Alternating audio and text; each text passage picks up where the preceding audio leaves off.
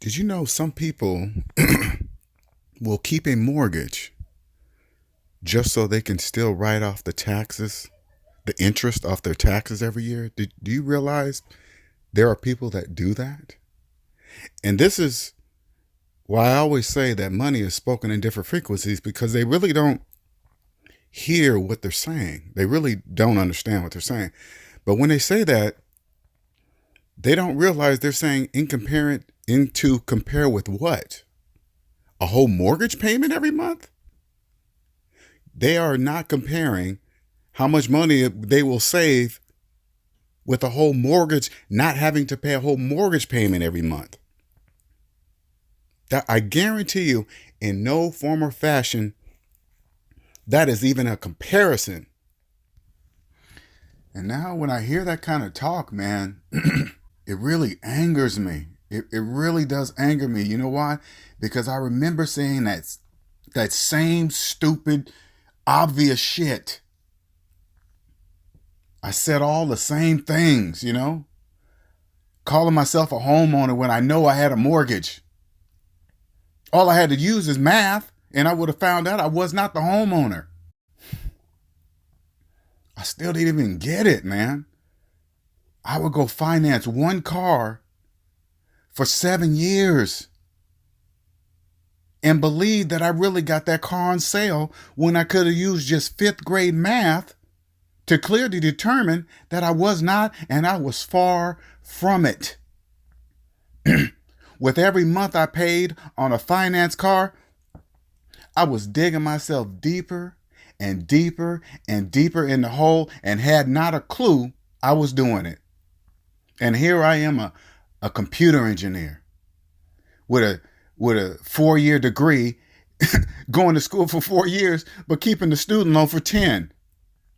What? That makes absolutely no sense. What the hell was I thinking? All I had to use was math. That's all I had to do was apply the fifth grade math that I learned in in grade school. That I used to get gold stars on when I did some times tables. I used to do that stuff fast, man, and do some money. I'd be like, oh yeah, Don nickel this and that and equal that and this and that.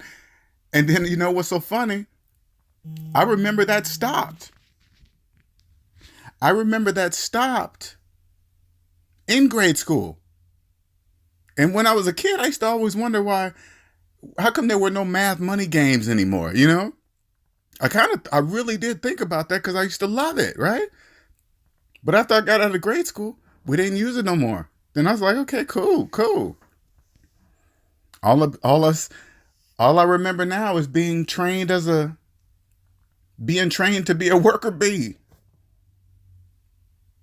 Getting out here, believing in credit, doing what everybody else do. Hey man, you got to have a good credit score to be anybody or whatever, right? And you just like a drone. I just went for it. I just thought, okay, cool, man. I guess I got to make a lot of money and get in a lot of debt and have a high credit score and no money in the bank. It makes, oh, excuse me, you guys. It makes absolutely no sense. How I did not see that, I don't fucking know. I don't know. It makes me angry today. I really do get angry. Like, how did I not know that when I did a credit application, they went by my gross income, money that I was not even going to see, but that's what they go by to finance a car. I'm already underwater before I even got the keys, and I don't even know it. And I'm signing on the dotted line for 72 months of that hell torture. I'm signing up for it and bragging about it out loud.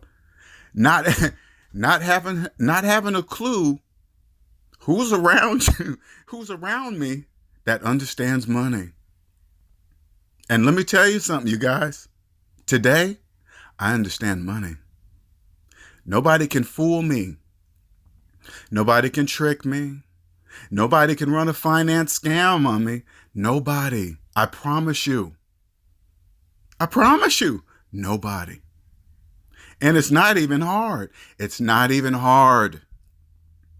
Because I'll tell you right now, for you, that the people that understand, and even some scammers that might be listening, financial scams make no financial sense. That's how to know it's a financial scam. Ta-da! That's it. That's all. That's it. And your scam won't make sense. And then I'll be like, okay, that's a scam. It's not hard. I promise you. I promise you. Sorry to go off on a tangent there, but to wrap this up, sometimes I get emotional about myself when I think about that back then. But anyway, so if you're a person that believes you should keep your mortgage instead of paying your house off, think about, this is what you must think about, okay? Stop thinking of yourself as an individual. You got to think of yourself collectively when it comes to money, okay? Now, I want you to understand that if you're a person that believes that, you are amongst millions upon millions upon millions upon millions of others that think the same way you do. That's how money is made, okay? And there's a percentage of us that understands that's how much that is how money is made.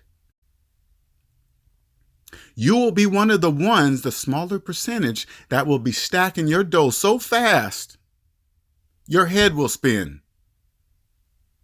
Because millions of others are going deeper and deeper in the hole. This is called phantom income. If there's more people going in the hole and you're one of the people that are not, your money will stack twice as fast. Do you understand? This is real. But I must explain this to you, else you will never understand the words that are coming out of my mouth. If you've never been debt-free in your life, when I mean debt-free is that owing nobody in the world not one dime. Nobody. If you've never been there, you will never understand what I'm talking about. You must pay the price to become 100% debt-free. You must pay off every dime you have to ever understand what I'm saying. I don't care how you pay it off, but take care of it. Once you do, you will understand the words that I'm saying. Until then, the only hint that I can give you, just do the math. Just do the math. And if your number, add up all your savings, add up all your debt, every dime, and then go savings minus debt equals how much money you have in real life. Whatever that negative number is the cost that you must pay to understand the words that are coming out of my mouth. If you don't believe you can pay that cost, you will never, ever, ever. It's mathematically impossible for you to ever know the feeling that I am trying to describe to you. It's 100% mathematically impossible.